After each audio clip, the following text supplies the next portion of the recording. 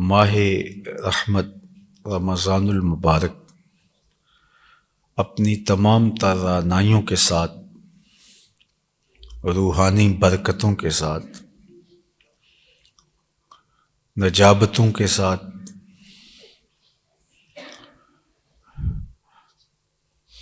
کرم نوازیوں کو جلو میں لیے جلوہ گر ہو رہا ہے۔ اللہ تعالیٰ آنے والے موسم نور کو ہمارے واسطے بخشش و مغفرت کا ساماں بنائے۔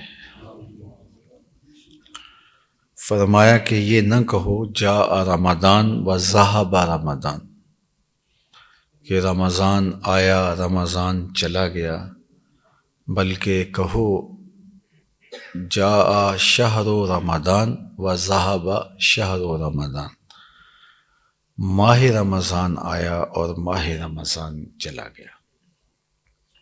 یہ اس بابرکت مہینے کی تکریم ہے، عزت افزائی ہے۔ جنت میں پورے 11 مہینے تک آرائش و زیبائش ہوتی رہتی ہے رمضان المبارک کی آمد کے لیے۔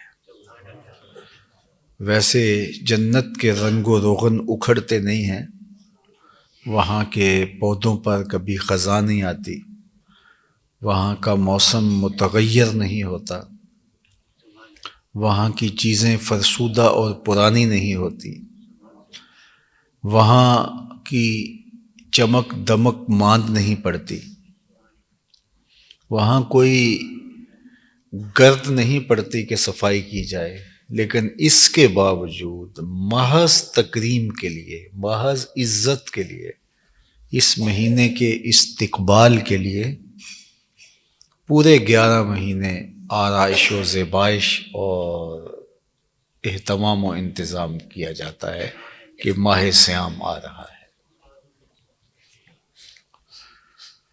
جس طرح آپ کا کوئی معزز مہمان ہو اور وہ آپ کے ہاں آئے تو آپ اس کو کرسی پہ یا کسی بھی نشست پہ بٹھانے لگے تو بٹھانے سے پہلے وہ شفاف ہو، اس کے باوجود آپ اس کو تھوڑا سا صاف کرتے ہیں، تو یہ مہمان کی تکریم ہے، اس کی عزت افزائی ہے۔ تو جنت کی جو آرائش و زیبائش پورے 11 ماہ ہوتی رہتی ہے، یہ پروٹوکول ہے ماہ صیام رمضان المبارک کا۔ تو میں اپنے دوستوں کو یہ کہتا ہوں کہ اس مہینے کی آمد سے قبل اسپیشلی طور پہ آپ اپنے گھروں کی، مساجد کی صفائی ستھرائی کریں۔ ہم تو ہر سال مرکز کی صفائی کی مہم چلاتے ہیں تاکہ بچوں کے دلوں کے اندر ایک عظمت بیٹھے ماہ صیام کی۔ تو ماشاءاللہ یہاں تو بالکل ماحول بہت صاف ستھرا ہے، آپ کے گھروں کا بھی ایسا ہوگا، یہاں تو گرد نہیں ہے، بہت کم ہے، لیکن اس کے باوجود بچوں کو ایک اس مہینے کے تقدس کا تأثر دینے کے لیے اسپیشل ماہ صیام سے قبل صفائی ہونی چاہیے، ستھرائی ہونی چاہیے۔ اللہ باوجود کہ جنت ایک پاکیزہ جگہ ہے، لیکن پورے 11 ماہ تک اس کی صفائی اور ستھرائی ہوتی ہے، اس لیے کہ ماہ صیام آ رہا ہے۔ اور جب ماہ صیام آتا ہے جنت کے 8 دروازے کھول دیے جاتے ہیں، دوزخ کے سارے دروازے بند کر دیے جاتے ہیں، شیاطین کو زنجیروں میں جکڑ دیا جاتا ہے، اور آواز آتی ہے اے خیر کے چاہنے والے آگے بڑھ، اور اے شر کے متلاشی پیچھے ہٹ، یا باغی الخیر اقبل، یا باغی الشر اقصر۔ تو یہ اس مہینے کا استقبال ہے جو اللہ تعالیٰ اہتمام سے فرماتا ہے۔ اور اگر لوگوں کو پتہ چل جائے کہ ماہ سیام ہے کیا، اس مہینے میں رحمتیں کتنی اترتی ہیں، تو لوگ آرزو کریں کہ پورا سال ہی ماہ سیام ہو۔ اتنی رحمتیں اللہ نے اس پاکیزہ مہینے کے ساتھ جوڑ دی ہیں۔ ایک فرض پڑھو تو 70 فرائض کا ثواب ملتا ہے، اور ایک نفل ادا کرو تو ایک فرض جتنا ثواب ملتا ہے اس مہینے میں۔ اللہ اکبر! تو اجر و ثواب بڑھ جاتے ہیں۔ جس نے کسی روزہ دار کا روزہ افطار کروایا کھجور کے ایک ٹکڑے سے یا ایک گھونٹ پانی سے، تو اللہ تعالیٰ جل شانہ روزے دار کے روزے کے اجر کو کم کیے بغیر اس روزہ افطار کروانے والے کو بھی اتنا ہی اجر عطا فرمائے گا۔ اور یہ ارشاد فرمایا الصوم لی وانا اجزا بہ، روزہ میرے لیے رکھا جاتا ہے اور اس کی جزا میں خود ہوں۔ اجزی بہ بھی بعض نے پڑھا ہے کہ اس کی جزا میں خود دوں گا، اور اجزا بہ کہ اس کی جزا خود میں ہوں، تو دونوں مفہوم اپنی جگہ پہ درست ہیں۔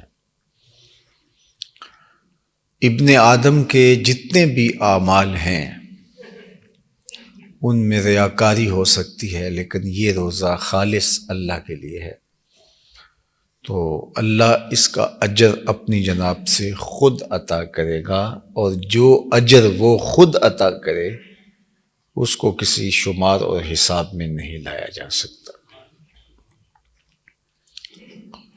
اللہ تعالیٰ جل شانہ نے انعام کی شکل میں ہمارے اوپر ماہ سیام لازم کیا ہے۔ مشکل نہیں ہے، چونکہ اگر یہ مسلسل پورا مہینہ بھوک کاٹنا پڑتی اور درمیان میں کوئی ایک چھوٹا سا وقفہ مختصر چیز لینے کا ہوتا تو پھر مشکل ہو جاتا، جس طرح ماضی میں ہوا لوگوں کے لیے کہ غروب آفتاب سے لے کر کے صلاۃ العتمہ تک، یعنی عشاء کی نماز تک کا وقفہ ہوتا کہ اس میں آپ کچھ لے سکتے ہیں، اس کے بعد پھر مسلسل روزہ۔ لیکن یہ 12 گھنٹے 13 گھنٹے 15 گھنٹے یہ کاٹنے مشکل نہیں ہیں اگر انسان مصمم عزم کر لے۔ بعض اوقات تو کسی مصروفیت کی وجہ سے سارا دن گزر جاتا ہے، اور ہم نے اب تو بڑھاپے کی طرف مائل ہو گئے ہیں اور بہت ساری بیماریاں ہمارے لوگوں کے ساتھ جڑ گئی ہیں، تو وہ چیزیں بار بار لینا پڑتی ہیں۔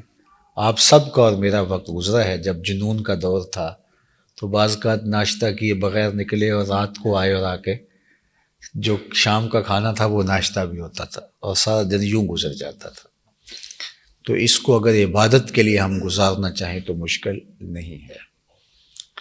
روزہ آتش دوزخ سے ڈھال ہے۔ جب لڑائی کے اندر دشمن کی جانب سے آنے والے تیروں تلواروں کا مقابلہ کرنے کے لیے لوہے کا ایک بنا ہوا ٹکڑا آگے کر دیا جاتا ہے تاکہ اس وار کو وہ اپنے اوپر روک لے، تو اس لوہے کے ٹکڑے کو ڈھال کہا جاتا ہے۔ تو روزہ آتش دوزخ سے ڈھال ہے، یہ روزہ دار کو آتش دوزخ سے بچانے والا ہے اور جنت کے دخول کی ضمانت ہے۔ حدیث پاک میں آتا ہے کہ جنت میں ایک دروازہ ہے جس کا نام باب الریان ہے۔ 8 دروازوں میں سے ایک دروازے کا نام اللہ نے رکھا ہے باب الریان، اور یہ صرف انہی لوگوں کے لیے ہے جو روزے دار ہیں۔ روزہ دار اس دروازے سے گزریں گے جو باب الریان ہے۔ اللہ اکبر! جو آیت کریمہ میں نے آپ کے سامنے تلاوت کی اس میں ارشاد فرمایا یا ایھا الذین آمنو، اے اہل ایمان، کتب علیکم الصیام، تمہارے اوپر روزے فرض کر دیے گئے، کما کتب علی الذین من قبلکم، جس طرح تم سے پہلوں پر فرض کیے گئے تھے، لعلکم تتقون، تاکہ تم متقی بن جاؤ، تم پرہیزگار بن جاؤ۔ روزے کا لغوی مفہوم ہے الامساک، رک جانا۔ عرب جب گھوڑے کو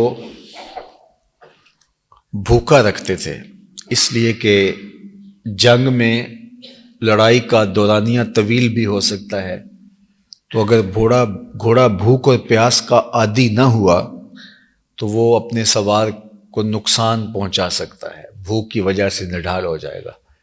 تو جو جنگی گھوڑے تھے ان کو مزاجن سخت جاں بنانے کے لیے ان کو بھوکا رکھتے تھے، اور ان کے منہ کے اوپر وہ توبڑا سا چڑھا دیتے تھے تاکہ وہ کچھ کھا نہ سکیں، اور یہ گھوڑوں کی باقاعدہ ٹریننگ ہوتی تھی۔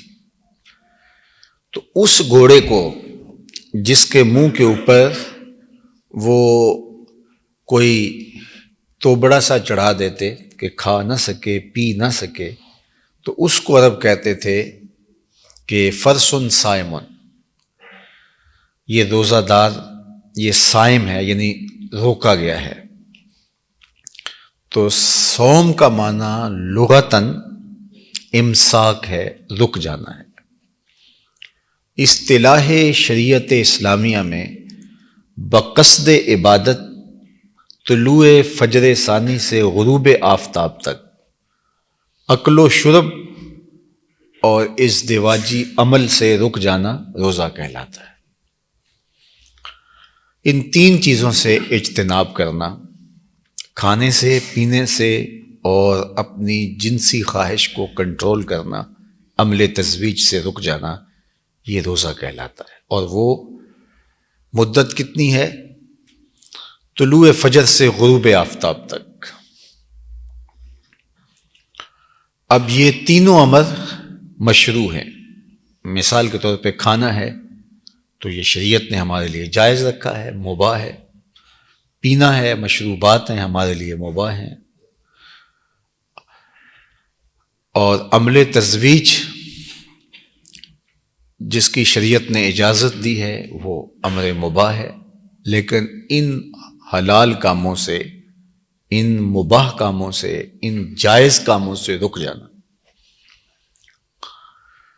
اگر کوئی شخص آپ کو یا مجھے ماہ صیام میں یہ کہے کہ میں نے خود اپنے ہاتھ سے ڈول ڈال کے چاہے زمزم سے یہ پانی اپنے ہاتھوں سے نکالا ہے تو بالکل خالص ہے، اس میں ملاوٹ بھی نہیں ہے، تو آپ یہ لے لیجئے، تو آپ وہ پاکیزہ متبرک پانی بھی نہیں لیں گے کہ میں نے روزہ رکھا ہے۔ تو روزہ اس متبرک پانی سے بھی آپ کو روک دیتا ہے۔ کوئی کہے کہ میں اپنے ہاتھوں سے مدینہ المنورہ کی حدود حرم کی کھجوریں توڑ کر آپ کے لیے لایا ہوں، تو یہ آپ لے سکتے ہیں، تو میں کہوں گا کہ میں روزے سے ہوں، تو وہ پاکیزہ متبرک شہر حبیب کی کھجوریں وہ بھی نہیں لوں گا۔ میں کہوں گا مجھے آپ دے دیں تو میں شام تک اپنے پاس رکھ لیتا ہوں اور انہی سے افطار کر لوں گا، لیکن اب نہیں لے سکتا۔ اللہ اکبر۔ تو روزہ ان امور سے بھی رک جانے کا نام ہے جو جائز، مشروع، بلکہ جو ہم شوق سے چیزیں لیتے ہیں، ہمارا مذہبی جذباتی تعلق ہے جن چیزوں سے، تو روزہ تو ان سے بھی رک جانے کا نام ہے، اس متبرک پانی سے اور ان پاکیزہ کھجوروں سے بھی رک جانے کا نام روزہ ہے۔ تو جن چیزوں سے اللہ نے ہمیں پہلے ہی منع کر رکھا ہے تو ان سے ہم کیوں نہیں رکیں گے؟ گویا اللہ ہمیں پاکیزہ چیزوں سے روک کر کے ہمارا امتحان لیتا ہے کہ جو چیزیں مباح ہیں جب تم ان سے بھی میرے کہنے پہ رک جاؤ گے تو جو چیزیں پہلے ہی حرام ہیں اور مجھے ناپسند ہیں ان سے کیوں نہیں رکو گے؟ تو یہ ہمارا امتحان ہے۔ جس طرح حج اور عمرے پہ اللہ ہمارا ایک امتحان لیتا ہے۔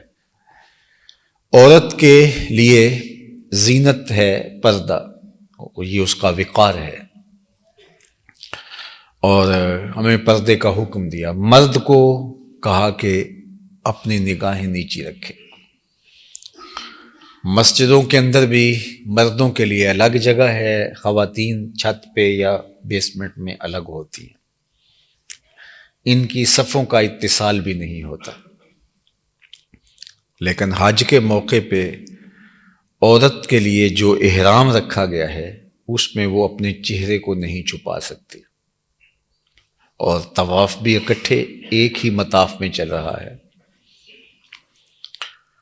تو یہ کیا ماجرا ہے الہی کہ وہ عورت جو پردے میں رہنے والی مستور ہے، آج اس کا ستر اٹھا دیا گیا، اور تیرے گھر میں تیرے کعبۃ اللہ کے سامنے اس نے چہرے سے نقاب اٹھا کر کے طواف شروع کیا، اور مرد بھی اسی ہجوم میں ہے۔ تو کہا یہی تو میں دیکھنا چاہتا ہوں کہ یہ میرے بندے میرے گھر میں آ کے میرا حیا کرتے ہیں کہ نہیں۔ یہ تمہاری آزمائش تھی، یہ تمہاری پرکھ تھی۔ تو روزے میں اللہ تعالیٰ جل شانہ نے ان چیزوں سے بھی روک دیا جو حلال ہیں، طیب ہیں، طاہر ہیں، پاکیزہ ہیں۔ تو جو پہلے ہی حرام ہیں، اللہ دیکھنا چاہتا ہے کہ میرے بندے میرے کہنے سے حلال سے بھی رک جاتے ہیں، حرام سے رکتے ہیں کہ نہیں رکتے۔ تو جو ماہ سیام میں بھی رشوت لے رہا ہو، ماہ سیام میں بھی کسی کے حق پہ ڈاکہ ڈال رہا ہو، ماہ سیام میں بھی وہ ناجائز فروشی کے عمل میں مرتکب ہو، تو بتائیے اس نے کوئی روزہ رکھا ہے؟ اس نے بھوک کاٹی ہے۔ پھر جو باہو علیہ الرحمہ نے کہا تھا وہ ان معانی میں کہا تھا، نماز پڑھنا کم زنانہ روزہ صرفہ روٹی ہو۔ نماز پڑھنا کم زنانہ روزہ صرفہ روٹی ہو۔ پھر یہ خوراک بچاؤ مہم کے علاوہ کچھ نہیں ہے۔ یہ آپ فاسٹنگ کر رہے ہیں اپنی صحت کے لیے، یا پتہ نہیں آپ کیا کر رہے ہیں اور میں کیا کر رہا ہوں، اگر ہم باقی چیزوں سے نہیں رکے۔ اور اللہ کے محبوب نے بڑا واضح فرمایا، من لم یدع قول الزور والعمل بہ فلیس للہ حاجۃ فی ان یدع طعامہ وشرابہ۔ جس نے جھوٹ اور جھوٹے کام نہیں چھوڑے، اس کے بھوکا اور پیاسا رہنے کی اللہ کو کوئی ضرورت نہیں ہے۔ یہ خوراک بچاؤ مہم نہیں ہے رمضان، بلکہ وَيُزَادُ فِيهِ رِزْقُ الْمُؤْمِنِ، ماہ سیام میں مومن کا رزق بڑھا دیا جاتا ہے۔ تو یہاں تو رزق بڑھ جاتا ہے، اور آپ بھی اگر آپ 11 مہینوں کا اپنے کچن کا گھر کا بجٹ بنائیں اور ماہ سیام کا بنائیں، تو غریب ہو یا امیر، تو اس مہینے میں اخراجات زیادہ ہوتے ہیں، چیزیں زیادہ کھانے کو ملتی ہیں، زیادہ سحری افطار میں ساری کسر ہم پوری کر لیتے ہیں جو دن کے اندر وقفہ ہوا ہوتا ہے۔ تو مومن کا رزق اس مہینے میں کم نہیں ہوتا، وَيُزَادُ فِيهِ رِزْقُ الْمُؤْمِنِ، مومن کا رزق بڑھا دیا جاتا ہے۔ تو یہ ایک امتحان ہے جو ہم نے دینا ہے، اور پورا ایک مہینہ اس کی مشق کرنی ہوتی ہے۔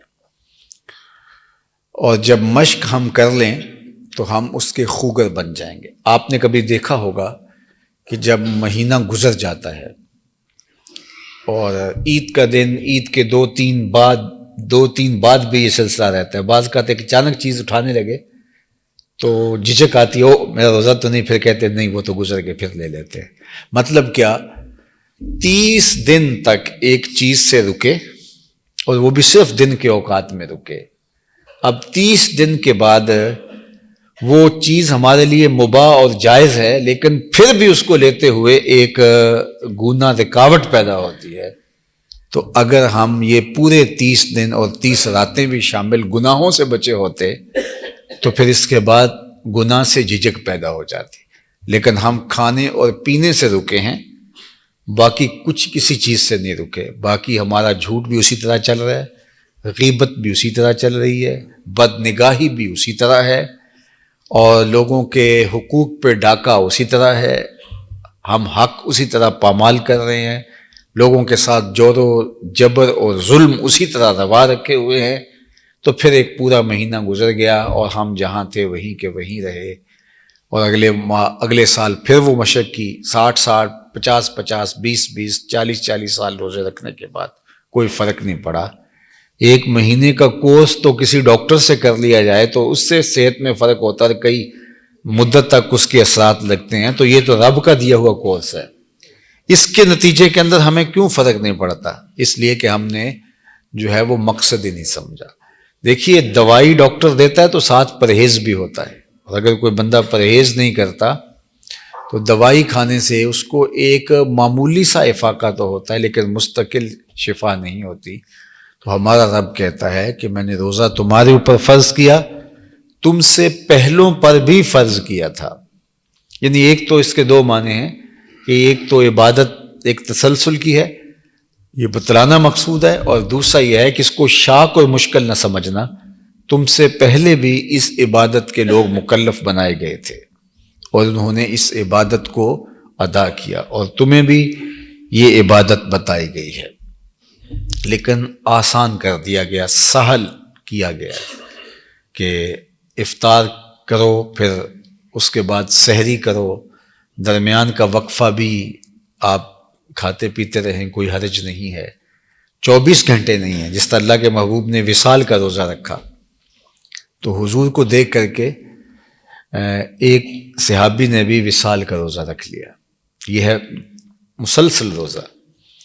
تو جب ایک آدھ دن گزرا تو اس کی حالت غیر ہو گئی، اور لوگ اس کو ایسے کپڑے کا سایہ کیے ہوئے، چھاؤں کیے ہوئے اس کے گرد جمع تھے، اور وہ بے ہوشی کی سی کیفیت میں تھا۔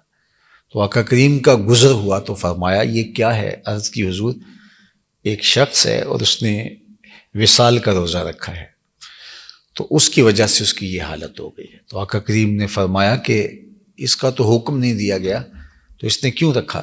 تو عرض کی حضور آپ جو رکھتے ہیں، تو اس وقت حضور نے فرمایا تھا ایکم مثلی، تم میں سے میری مثل کون ہے؟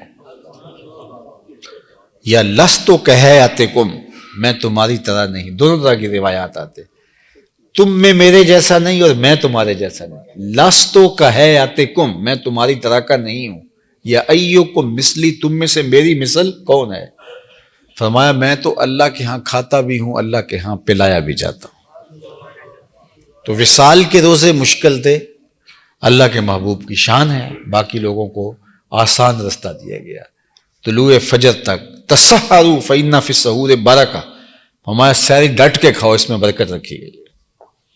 تو سحری کھانے کی تلقین کی گئی، اور افطار کے بھی لمحے تو پھر اتنا کچھ ہوتا ہے کہ وہ سارے دن کی کسر ہم وہ افطار کے لمحوں کے اندر ہی پوری کر لیتے ہیں۔ تو یہ درمیان کا تھوڑا سا وقفہ ہے، اس میں ہم سیکھنا ہے کہ اگر ہمارا رب ہمیں روک دے تو ہم حلال سے بھی رک جائیں گے، تو حرام سے کیوں نہیں رکیں گے؟ ہمارا رب اگر ہمیں طیب طاہر پاکیزہ غذاؤں سے، مشروبات سے، عمل تزویج سے روک دے، وہ ہمارا رب ہے، ہم اس کے حکم کے ایسے پابند ہیں کہ ہم اپنے رب کے کہنے پر حلال سے بھی رک جائیں گے، تو اس رب کے کہنے پر ہم حرام سے کیوں نہیں رکیں گے؟ تو یہ ایک درس تھا ہمارا، یہ ہماری ایک ٹریننگ تھی، ہمیں یہ بتایا گیا تھا کہ تم نے یہ کرنا ہے۔ تو اس لیے ہم نے بھوک کاٹی، پیاس کاٹی، اور روزے کے مقصد کو نہ جانا۔ روزے کا مقصد یہ بیان فرمایا لعلکم تتقون، تاکہ تم متقی بن جاؤ، اتقاء کا نور تمہیں نصیب ہو جائے۔ تو کیا بھوک اور پیاس کاٹنے سے اتقاء کا نور نصیب ہو جاتا ہے؟ تو تقوی کیا ہے؟ تقوی کی بہت ساری تعریفات کی گئی ہیں۔ ایک سادہ تعریف یہ ہے کہ تمہارا رب تمہیں جہاں دیکھنا چاہتا ہے تم وہاں پائے جاؤ، اور تمہارا رب تمہیں جہاں نہیں دیکھنا چاہتا تم وہاں غائب پائے جاؤ، تو یہ ہے تقوی۔ تو تمہارا رب چاہتا ہے کہ تم حرام سے اجتناب کرو، تمہارا رب چاہتا ہے کہ تمہاری زبان غیبت سے محفوظ رہے، تمہارا اور میرا رب چاہتا ہے کہ ہمارے عمل صالحیت کے رنگ میں رنگے ہوئے ہوں۔ ہمارا رب ہمیں ایک مہینے میں صرف اوقات دن میں حلال کاموں سے بھی، حلال چیزوں سے بھی، مشروبات و معقولات سے بھی روک رہا ہے، تو گویا یہ چیز ہمارے اندر تقوی پیدا کر دے گی کہ ہم اپنے رب کے کہے میں ہیں، وہ روک دے تو رک جاتے ہیں۔ اللہ اکبر، پیشانی میں سجدہ تڑپ رہا ہے لیکن روک دیا گیا کہ سورج استوا میں ہے، آپ نے نہیں سجدہ کرنا، رک گئے۔ روک دیا گیا کہ طلوع فجر ہے، آپ نے نہیں سجدہ کرنا، بے چینی ہے آپ کی پیشانی میں، نہیں کر سکیں گے۔ تو ہم تو اس کے حکم کے پابند ہیں۔ اس نے کہا ادھر بیت المقدس کی طرف منہ کر کے کرو، ہم نے رخ ادھر کر کے کیا۔ اب حکم آگے نہیں، رخ ادھر کر لو، تو ہم نے ادھر پشت کر دی، اور ادھر رخ کر لیا. ہمیں تو سجدے سے غرض ہے، یہاں نہیں تو وہاں سے ہی. تو ہم تو اس کے حکم کے پابند ہیں. وہ ہمیں حلال سے بھی روک دے تو ہم بندے ہیں، عبد ہیں اور مطیع ہیں، اس کے فرمان کے پابند ہیں. ہم حرام سے حلال سے بھی رک جائیں گے. تو جب وہ ہمیں واضح 2 لفظوں میں 2 ٹوک فرماتا ہے کہ یہ چیزیں حرام ہیں، تم ان کے قریب بھی نہیں جانا، تو پھر ہم دیکھو بہت سارے معاملے ہیں کہ اللہ تعالیٰ جل شانہ نے ایک تو ان سے منع کیا اور کچھ چیزوں کے بارے میں کہا کہ ان کا بجا لانا تو دور کی بات ہے. لا تقربوا الزنا، تم بدکاری کے نیڑے بھی نہیں جانا. اب اتنے سخت جب احکام خدا دے دے، یعنی ایک تو یہ ہے کہ یہ کام نہیں کرنا، اور دوسرا یہ ہے کہ تم اس کے قریب تک بھی نہیں جانا، اس گلی سے بھی نہیں گزرنا. تو جب یہ کہہ دیا گیا کہ تم اس کوچے سے بھی نہیں گزرو گے، اس گلی سے بھی نہیں جاؤ گے، تو پھر اب اگر کوئی جاتا ہے تو چیلنج کرتا ہے. تو اللہ تعالیٰ پھر اس کے وجود کو گوارا نہیں کرتا، سنسار کر دیا جائے گا، اس کو مسخ کر دیا جائے گا. اس کو اتنا سخت حکم دیا تھا کہ لا تقربوا الزنا، لیکن یہ پھر اس کہا گیا تھا اس گلی سے، اس کوچے سے، اس بازار سے بھی نہیں گزرنا، نیڑے تک نہیں جانا، اور اس نے ارتکاب کیا. تو ہمیں ماہ صیام میں اللہ نے حلال سے بھی روک دیا، تو جو حرام کا ارتکاب کرے تو پھر اس کی سزا کتنی بڑی ہوگی اور کس قدر وہ محرومیوں کا شکار ہوگا. اس لیے ماہ صیام آنے والا ہے. میں نے عرض کیا 3 دن یا 4 دن کے بعد یہ مہینہ ہمارے اندر جلوہ گر ہوگا. جس طرح اس کی برکتیں فراواں ہیں اس ماہ مبارک کی، اور جو رحمتیں سمیٹتا ہے اس کے دامن کو بھر دیا جاتا ہے، اسی طرح جو اس مہینے کی قدر دانی نہیں کرتا اور باعمال بد سے باز نہیں آتا، اس کو نحوستیں بھی اتنی ہی پڑتی.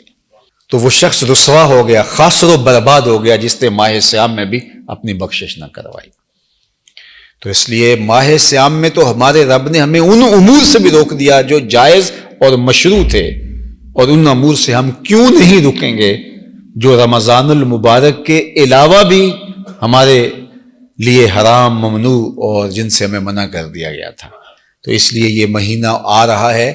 جب ماہ صیام قریب آتا اور یہ مہینہ آتا تو حدیث کے اندر لفظ ہیں کہ حضور علیہ الصلوۃ والسلام اس کے لیے آمادہ ہوتے. وہ شد المیزر کے لفظ ہے، شد المیزر یعنی کمر بستہ ہو جاتے. اللہ اکبر. اس مہینے کو پورے اہتمام سے گزارتے. عبادات بھی اتنی کثرت سے حضور کسی اور مہینے میں نہیں کرتے تھے، اور سخاوت بھی حضور اتنی کثرت سے کسی اور مہینے میں نہیں کرتے تھے.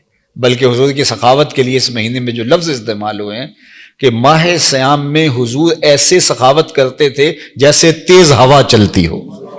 اللہ اکبر. میں اور آپ دیکھیں ہم کہاں کھڑے ہیں اور ان کی سخاوت کا عالم کیا تھا. کہا ایسے حضور سخاوت کرتے تھے جیسے تیز ہوا چلتی ہو.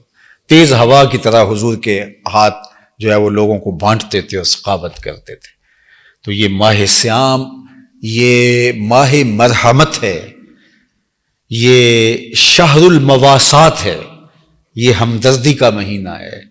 فرمایا جس نے اپنے ملازم، اپنے مملوک، اپنے خادم کے کام میں اس کو آسانی عطا کی، یعنی 8 گھنٹے کی ڈیوٹی ہے اس نے 6 گھنٹے کی کر دی، کام میں آسانی دی، تو فرمایا اللہ اسے آسانی عطا فرمائے. اللہ اکبر. تو یہ مہینہ گویا مواسات کا، رحمت کا، اللہ کا مہینہ ہے. الشعبان شہری و رمضان شہر اللہ، یہ اللہ کا مہینہ ہے. اللہ کی رحمتیں می کی طرح برستی ہیں، اور لوگوں کو اگر پتہ چل جائے کہ یہ مہینہ ہے کیا تو وہ آرزو کریں کہ پورا سال ہی یہ ماہ صیام چلے. لیکن ایک مہینہ اللہ نے ہمیں دے کر کے اس کی قدر دانی کی ہمیں تلقین کی. اللہ تعالیٰ اس مہینے کی برکتیں ہماری روحوں میں اتارے. نماز تراویح پہلے دن سے آخری دن تک باجماعت پڑھیں اور پورا قرآن مجید سنیں. من قام رمضان ایمانا و احتسابا غفر له ما تقدم من ذنبہ، یہ اللہ کے محبوب کا صحیح فرمان ہے. جس نے ماہ صیام کی راتوں کو قیام کیا اور ایمان اور محاسبہ نفس کے ساتھ، اللہ اس کے پچھلے سارے گناہ معاف کر دیتا ہے. تو یہ اللہ نے اس مہینے میں برکتیں رکھی ہیں. تو اللہ تعالیٰ جل شانہ اس مہینے کے نور کو ہماری روحوں میں اتار دے. وآخر دعوانا